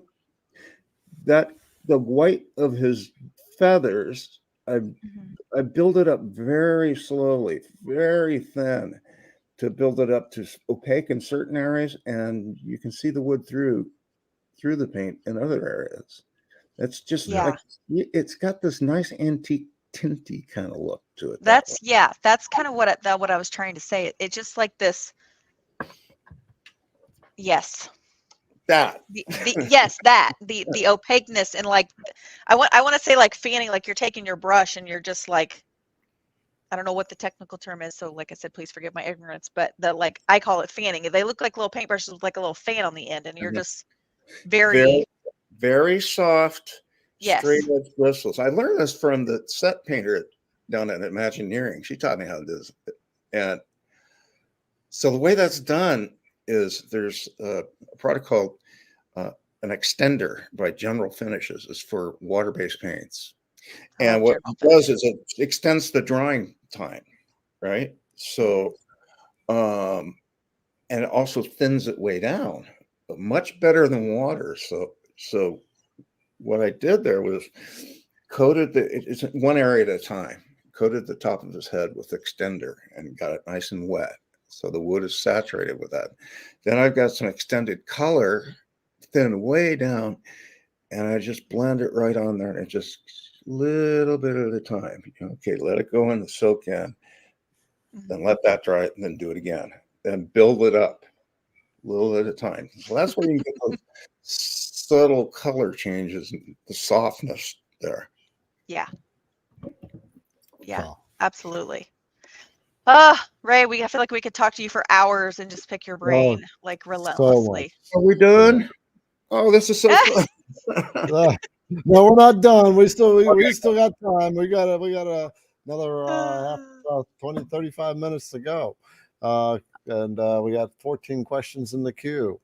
So let's bring out Thomas here. All right. So Thomas is asking, what is the biggest project you did that took the longest? And what was your all-time favorite one-of-a-kind, you never get rid of project? Oh gosh. Yeah. Yeah. All right, I'll show you. Let's break it down. So what was the longest project that you did? like the most hours. Yeah. Or what was, like, he's asking, what was the biggest Well, project the Biggest, that you largest, did and took the like, longest? okay. Size wise, the biggest I've ever done was 16 feet by 4 feet. But it wasn't that difficult to do. It was pretty simple. The longest piece I've ever done is this one. This is a fireplace mantle. You can see it before the color and after the color. Oh, wow. Wow. Okay, I'm loving me some Beauty and the Beast. It's Beauty and the Beast themes, all the 4 characters, Mrs. Potts and Chip, and then Lumiere and Clogworth over there at the end, and see the roses around the edges and the vine. I do. And then there's a library scene in the background there. So there's all the books stacked on the shelf. Wow. I did not want to part with this piece. How long did it take? I wanted to keep that one, but it's how I earn a living. Had to go. How long did it take? Yeah. How long did that take? I don't track my hours. Okay. The reason is that if I'm keeping track of my hours, it distracts from the creative process. I'm in it for that. And my clients are so cool. I don't give them a completion date. They're cool. And I have a huge queue. I like a 2-year backlog. But they'll just say, just do it. Take your time, do it. And so that's how I do it. If I had a guess, I'd say 3 months, maybe. Mm-hmm. Okay. It's so funny that you say that, because those are like 90% of my clients that I work with. Like, that's because it's all of my work was custom, and they're like, just like, they'll tell me about it, they'll say they'll want it, and they're literally like, whenever.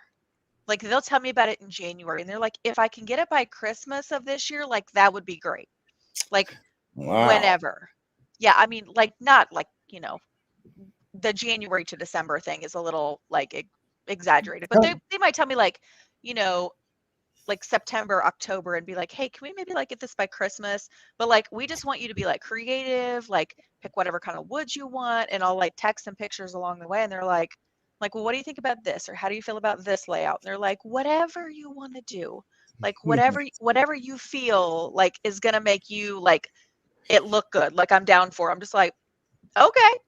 Nice. Like, but I love people like that. Like, that's probably like 90% of my clients. Like, I don't like working with people who are like, I need this to be here, like 10 inches from the side. And like, I don't normally work with people like that, because they're like, you're right. It distracts from the creative process, because you're so worried about it being exactly what they want. And if they don't get it that way, then you're just like, it like just screws with your head.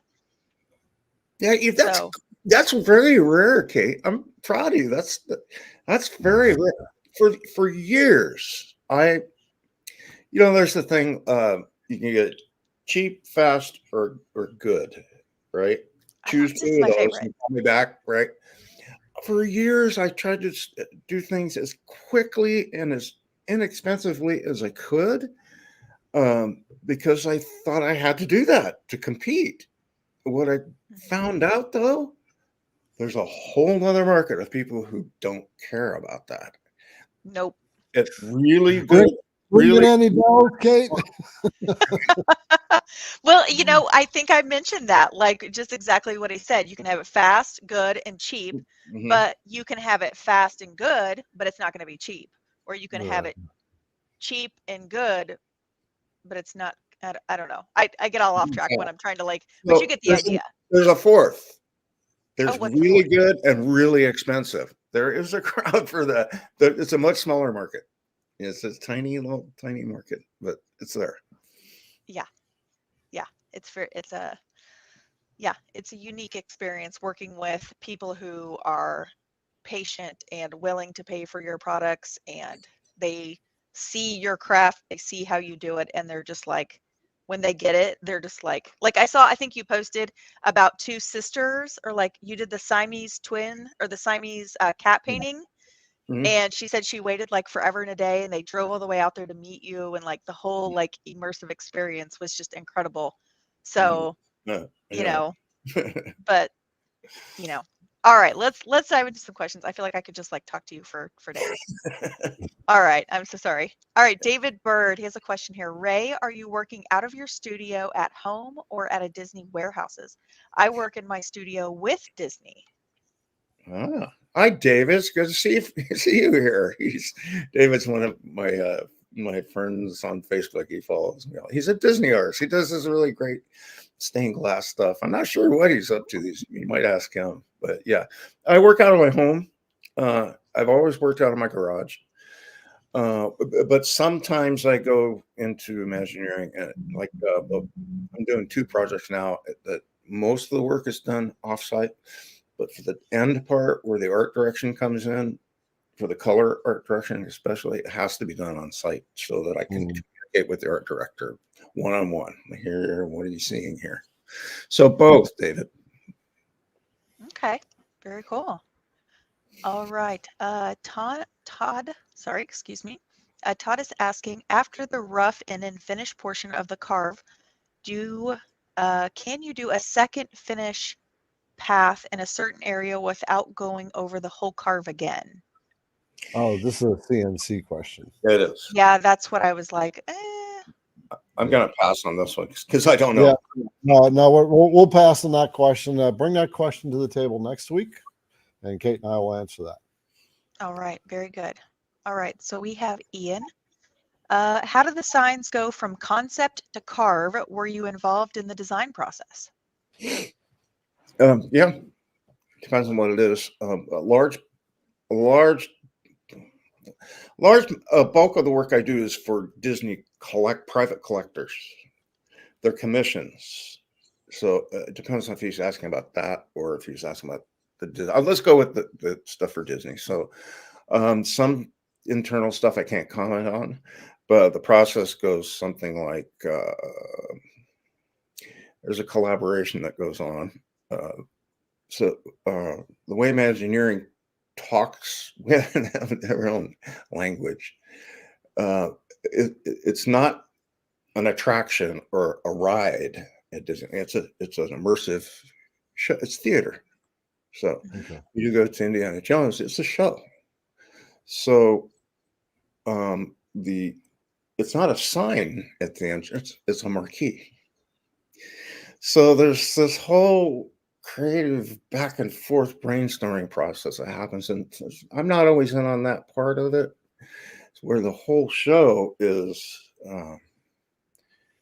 like a group effort. They're all bouncing ideas, and lots of drawings, and they finally come up with a storyline. And there's a script for each one of those shows. So by the time it gets to me, the first thing you see at that show is my work, right? So it's got to tell the story right there. So it's usually very well thought out. So they'll do the artwork and present it to me, and then sometimes we'll make some adjustments there toward the end. But they've got a pretty good art department, so they do that part there. So it's my job to interpret that. And they'll take input too. If I see mistakes going on or something needs to be improved, there's a little bit of collaboration that goes on there. The process for commission work for collectors is entirely different. That's all on me. I'm dealing with the client, and we're brainstorming, getting their story, because it's the same process. It's story. We're storytelling here. So absolutely, come up with the ideas, the scribbles, then it goes.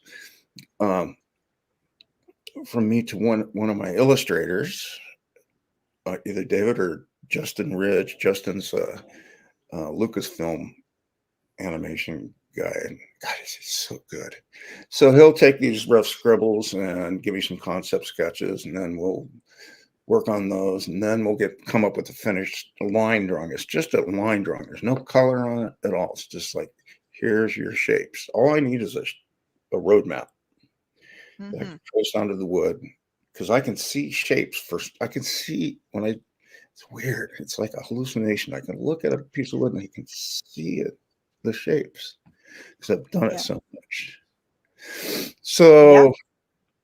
Yeah. So it'll go usually to one of my carvers. I got a handful of those from Ryan Villiers is up in Canada, and Tyler Borg is up in Idaho, and Dan Slater's in Vegas, and Randall Stoner's down in Orange County. So it's like, hey, Randy, rough this out and send it to Dan. Dan, do this part and send it to me, and I'll dial it in at the end. Then I do all the color work myself, all the color and finish work I do. I hope that answers the question. Hopefully so.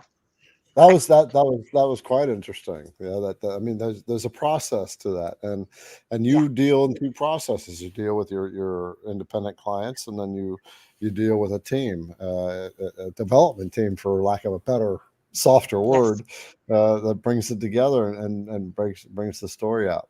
So, Kate, we have a couple more contributors here, so I'd like to take a minute to give them a shout out. All right.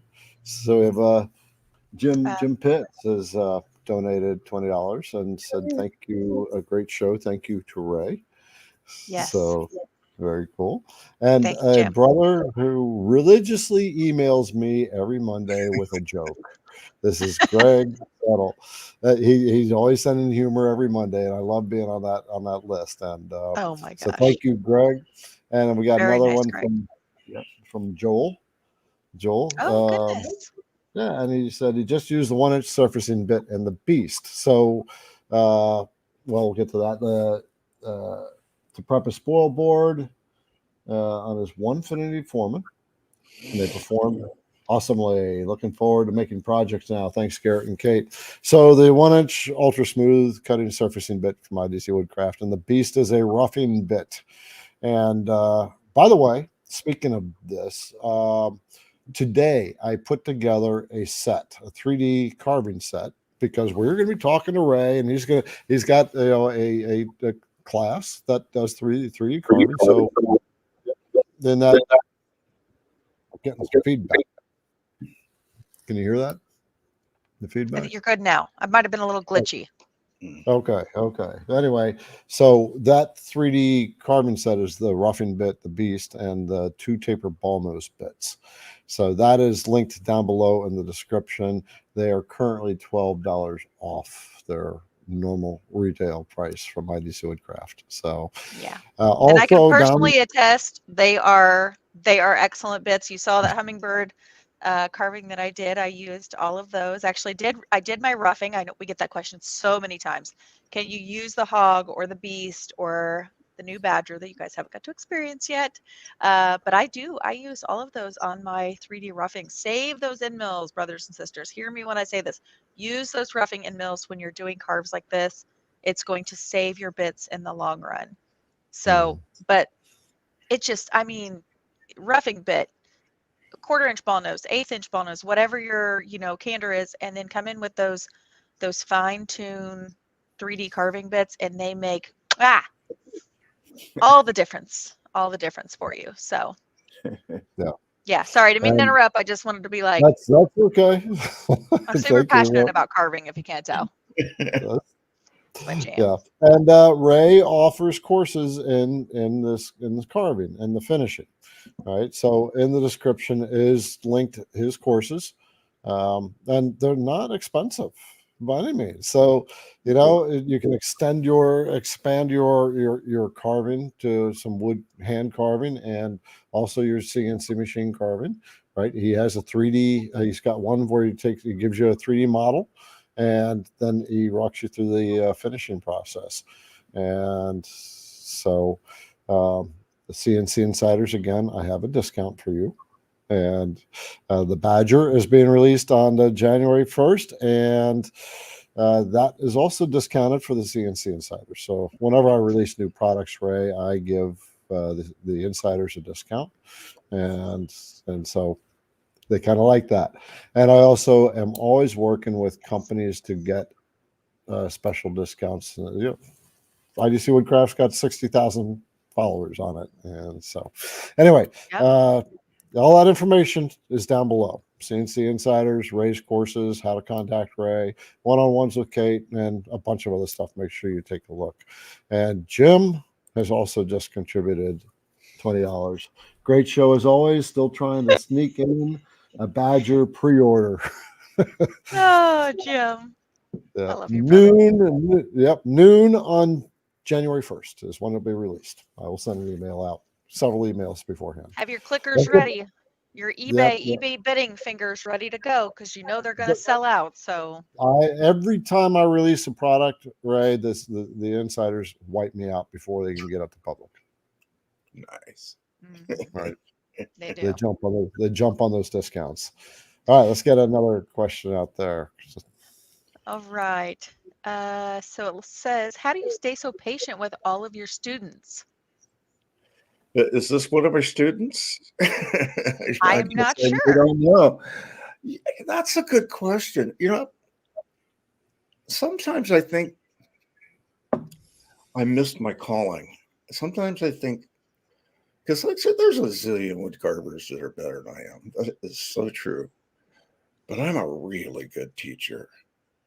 A teacher has the heart for it, where you meet your student where they are, and you find out, because if you read your student properly, you can see where they're stuck, what their fear is.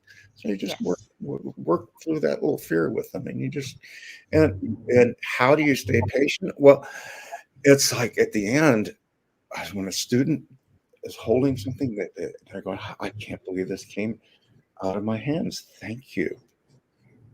It's just so rewarding. I didn't really. At the end of the day, for IDC Woodcraft, I am not a router bit company. I am an educator. I just provide the equipment so you can do what you do. I know exactly what you're saying. I love teaching this stuff. Mm-hmm. I love teaching. I love the getting pictures in email or what have you. And someone says, look at my first project. Regardless of how it looks, it's just like, yes, a new creator got born. They got that magic feeling of holding that first project. Yeah. I know. I always feel so weird saying, like, because Garrett's mentioned a few times that I do Vectric trainings one-on-one, but I also teach, like, you can schedule a one-on-one and we can talk epoxy, deep pours, tables, signs, all the things, incorporating that in with your CNC, epoxy inlays, multicolor pours, all those types of things. And it's so goofy to say, I'm so proud of you. But I say that to my students all the time when they send me like a finished project and they're like, look at it. And they're so excited. They're texting me. And I'm like, I'm so proud of you. Like, you did this. Like, you took the time to pursue the help, to, acknowledge that you needed that help. Getting there in that mental space is like half the battle. And then actually applying that technique that we, worked on into your project and doing it, and then seeing them like light up like light bulbs in a dark room is the most fulfilling thing. It's like an addiction. I just can't get enough of it. I just love seeing people excel and doing great things for themselves. It's just, there's nothing better. Yeah. All right, let's see. We have Mr. Dan. Hello, Dan. Hi, Dan. He says, Ray, please share with us your go-to tools and techniques for sanding the fine details and deep carves in your pieces once the carving is done. Oh, go-to tools. Wow. How do I show that? I'm at my mom's house right now. I got this one really great. It's done by hand, most of it, with sandpaper. Right? But I got this one tool. It's called what's that called? It's from Klingspor Woodworking. Kling, KLINGSPOOR. Klingspor Woodworking. It's called a mini mop. And let's see if I can describe it to you. They're about the size of a quarter or 50-cent piece, just a coin like that. And it's a sanding disc thing, but it's floppy paper. It's a mop, if you know what a sanding mop is, but they're very fine. and you can get them in tight places. So when I use those, I use them very, very low RPM. And I have a dental tool that I can slow down the RPM to like 10,000 or something or lower, and get in there. You can actually carve with them. You can shape with them. So some of it's done that way, but the bulk of it, there's no secret. It's just, fold up a little piece of sandpaper and keep doing that until until it looks right. A lot of sanding. Yeah, I can only imagine the amount of sandpaper you would use. Yeah, there was a comment that said that in the YouTube description I did not link the set, that new set that I put together. So Julianne said she was editing that into the description now. But if you go to idcwoodcraft.com and go to the carving, the 3D carving area, you'll see that set there. We also have another donation, Kate. You guys rock. Good. I'm so glad that we could help, that we can be here.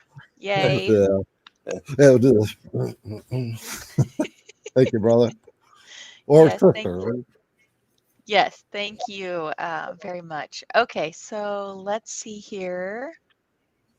We have Max up next. Says, hi, everyone. Ray, do you ever use your Oramask 813 as you carve out projects, knowing you will be using multiple colors to paint with? And how do you prevent bleeding between those multiple colors? I don't know what Oramask is. Does that? So I can't answer that part. Yeah. Oramask. Go ahead. Mask or something. I'm not sure what it is. Yeah, it's a masking that we will apply to our projects. Now I'll show you. It enables us to carve. This was a botched project, by the way. It will enable us. So you get it was very botched, but I didn't follow my setup sheet this time. I was in a rush. I was hungry. I was frustrated, and as I'm sure Ray can attest, you and all of us can attest, when you feel that stop. I learned that lesson the hard way long ago on my table saw, and I ran my thumb into it. Right, that was when I learned. But anyway, this is Oramask Ray. It's a very thin masking. It has a light adhesive to it, and we can carve through it. Carves very cleanly with the right pits, and then we can paint the lettering, and then just peel the masking away. I do something similar with gold leaf lettering, like incised gold leaf lettering. I use actually I paint the color, the underlying color, then put the masking on, and then I carve through the masking, and then do all the gold leaf work through the masking, and then peel it off. So it sounds similar, right? Okay. So the second part of the question was, how do you, knowing you will be using multiple colors to paint with, and how do you prevent bleeding between those multiple colors? I'm not sure I understand the question well enough to answer it. Okay. Yeah. We'll bring that question to us next week, and we will deal with that, because that's a CNC related question. More about finishing here. Douglas also gave us a contribution. Thank you, Doug. It's another great program. Yes, thank you, Doug. You know, when you get the masters on board, it always turns out great. Yes, it's so fun.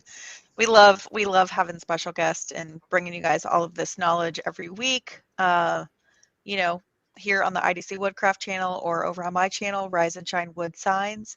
It's a fantastic conglomeration of men and women pulling together to learn this very cool craft of, whether you're hand carving like Ray and learning all of his really cool techniques, or, having people like Kyle Eli who are teaching you how to use CNC, or Mark Lindsay, and just picking their brain about all of the things, because my gosh, I'll tell you what, so much information out there. All right, Ray, you are almost off the hook. We have 2 questions left here. So Susan has a question. Can Ray suggest a set of gauges for a beginner? I think she meant gouges. Gouges, okay. Yeah, that's a really common question. So answer it. What is a gouge, first of all? Yeah. So some people. So the difference between a gouge and a chisel is a straight edge like that, a gouge has a spoon or a curve to it. So Okay. I use mostly gouges, but Okay. chisel sometimes if I need a straight cut. So the question, it's a really common question that you can recommend a beginner set. And I don't, because I don't think that's the right way to do it. I've looked at every set that's out there, and if you buy a set of tools, you're going to be buying tools that you'll probably never use. So I think the right way to do it is to grow your set based on what you use for that particular style. So the short answer is don't buy tools first. It's going to work backwards this time. Get some good instruction first, then get the tools that your teacher recommends for that particular style, right? And build it as you go, and you'll come out with a great set of tools that way. But if you go and buy tools first, you'll have this very expensive set of tools and not know the first thing about what they're for or what to do with them. Get good instruction first. Yes. Now, I do have if you want to write this down, I'll have to look it up here. I've got a beginner set, like for my students. It's not a set because I don't sell them, but recommended, right? And these tools come out of my tool roll every time I carve. So with this, like 7 tools and a rotary tool, like a Dremel or some kind of power carver, I carve just about everything, just about anything. So I'll do it from memory. Okay, so the sweep, the curve is the number. And the higher the number, the more curve there is to the more sweep. So number 7, I want you to get the 2 number 7s. An 18 millimeter, that's the width, number 7, and a 10 millimeter, number 7. Those are for roughing out things. And then number 3, I want you to get a 18 or 20 millimeter. That's the width. Number 3, that's a very shallow sweep. Like a number 1 is a chisel. So a number 3 has just got a gentle curve to it. So an 18 or 20 millimeter, number 3, a 10 millimeter, number 3, and a 3 millimeter or 2 millimeter, number 3. Get a good V tool, a 60-degree V tool. Probably not a big one, a small one, maybe, I don't know, 8 millimeter or something like that. And then a skew tool, which is a chisel. It's like a beveled chisel. That's for slicing. With those, you can do just about anything. And another thing I want to caution you is like, I have this happen all the time. A beginner will go on to like Amazon and they'll find these tools and they look the same. They look, hey, these are great, but these are $39, and the ones you're using are $400. I'm just a beginner. This will work fine for me. And then when I get better, it's a common mistake. Musicians do it too. I'm just a beginner. I'm a cheap guitar, and CNC'ers do it too. We're all they guilty buy of the cheap bits. same Yeah. subject. We're like, Yeah, yep. So and those tools won't hold their edge. You're going to be fighting those edges the whole time, and you'll think it's you. You'll think I have no talent for this. It's not working, and it's not. It's just they're cheap tools. So get good ones. Yep. We know all about that. So yeah. Buying cheap, you get what you pay for. You really do. Amen. Yep. I did. I think we might have missed one question, and I had written it down because it actually piqued my interest. It was when you mentioned you're using your spray, not spray paint, with your spray gun, air sprayer, airbrush. Thank you. When you're using your airbrush, someone had asked what type of paints you use to put in that. Yeah, just regular acrylic airbrush paints. You can get them down at your local art store. Come just liquid bottles. I thin them down a little bit because they apply a little bit better. But yeah, that's what I was going to ask. Is do you have like a ratio? Because I feel like the acrylic paints are almost too thick. They are. when I use them. So do you have like a water, like, 75-25, like ratio that when you No. water them down, or? What you want to do, Kate, is take the bottle, Mhm. put some drops of water in there, stir it up, and when it looks right, use that. Good to know. Yeah. Very That- scientific. That's like the chef just popping the herbs in there and mixing, going, nope, just a little more, a little more. Wait, needs a little paprika. My mother-in-law would die laughing if she heard that, because I literally have recipes for like deviled eggs. She's like, it's a squeeze of mustard, and like a Right. little dash of mayo. I'm like, this is not, or like a glob of mayo. I'm like, this is not helpful. And I'm a pretty good cook, but I mean, holy smokes. I'm just like, a little more help would be great. All right, we have a couple more questions. I'm a chainsaw curver working with Ray as we speak on a project. Ask him about it. All right, Ray, tell me about this project. Yeah, I'll tell you all about it without saying anything. How's that? So Ryan Villiers is one of the carvers that works on our team. He's just the best. Oh yeah, let's pop his name out. You Yeah. gotta check out his stuff. Look him up, Ryan Villiers. He's All right. excellent chainsaw carver. So I I used to love do chainsaw chainsaw carvings, and after my second chainsaw accident, I decided there wasn't going to be a third. It was pretty gruesome. So I don't work with chainsaw, but good thing Ryan does, and he lives up in Canada, in Alberta, Canada. So he's working on a couple projects that I can't really give you any details on, but you'll see them eventually, and they're fantastic. These big giant logs. I mean, Ryan is fearless.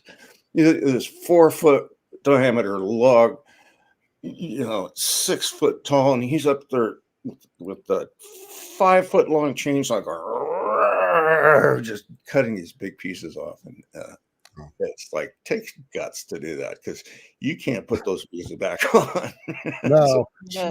So yeah, check out Ryan's stuff. He's really, really good and one of the best. So yeah, it looks like he's over on the YouTube side, so I'm assuming he has his own channel. Yeah, does he have a YouTube channel? I don't think he's got a YouTube channel. Can you see the little Ryan? If you have a YouTube channel, put it in the comments. Yeah. We'll grab it and we'll put it in the description of our video. I'm going up to his place next week. He's working on 2 projects up there, so we're going to work together, art a little bit.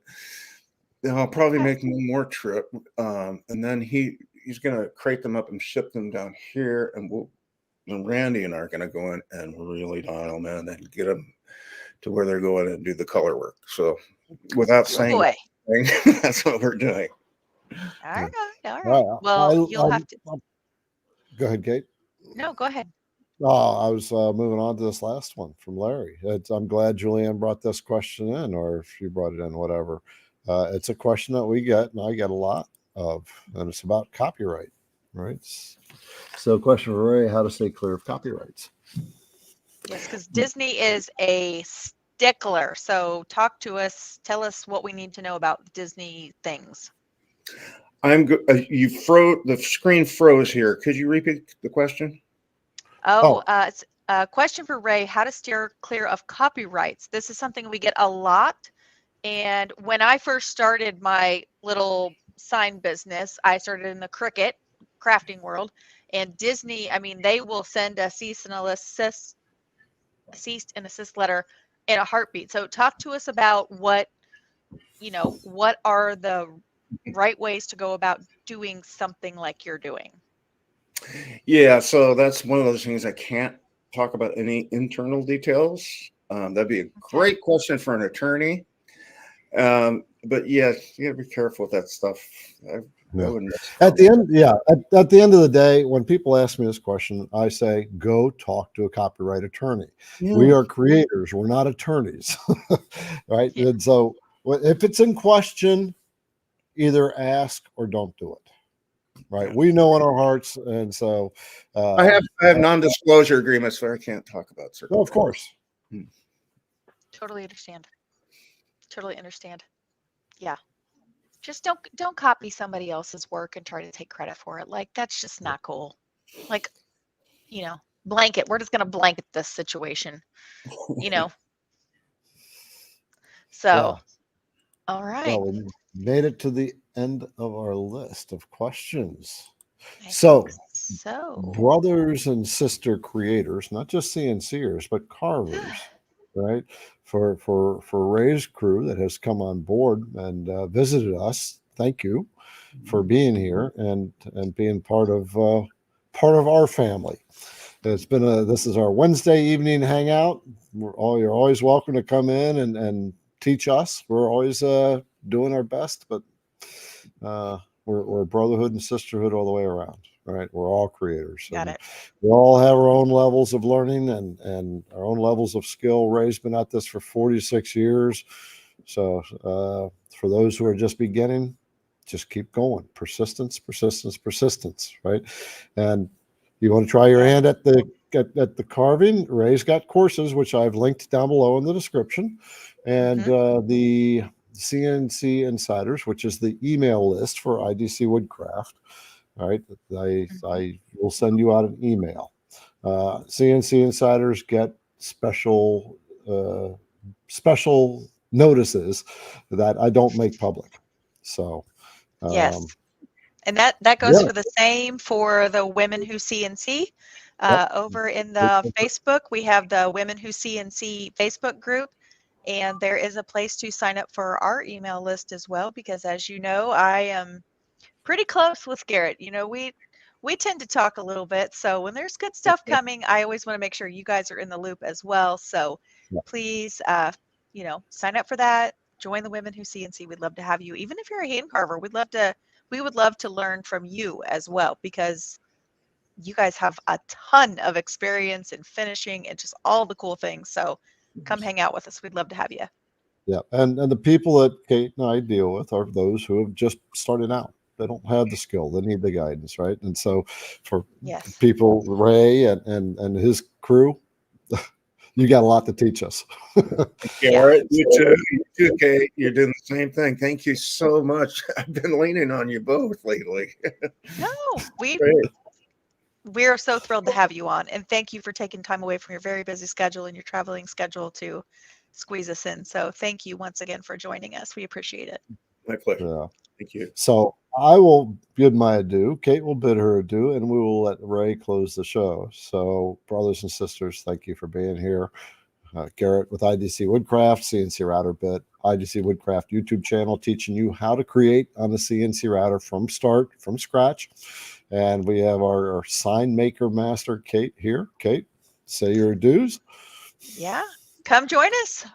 We do just a little FYI. If you are a lady over in the Women Who CNC group, we do also a live Thursday night training at 7 p.m. usually every week, and I teach you how to use the Vectric software. Just as a little public service announcement, Women Who CNC is for women only. I'm sorry, gentlemen, but it is for women only. So it's a great group. Come on over, join us. We'd love to have you.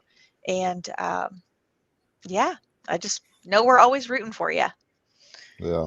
Yeah. All right. I forgot to mention Liberty, who's been out there chewing the fat with you, chewing the CNC fat, saying hi, who ships your packages, and Julianne, who has been keeping things in line on this end. And Ray, thank you. Say the close of the show is yours, brother. Okay, yeah. Thank both of you so much. This was so much fun. It's like, I don't want to stop. This is great. So let's do it again sometime. But thank you for having me. Appreciate it. The world needs more wood carvers. Yes. Ridiculous. And Julianne's giving you some balloons. See you guys. Bye-bye.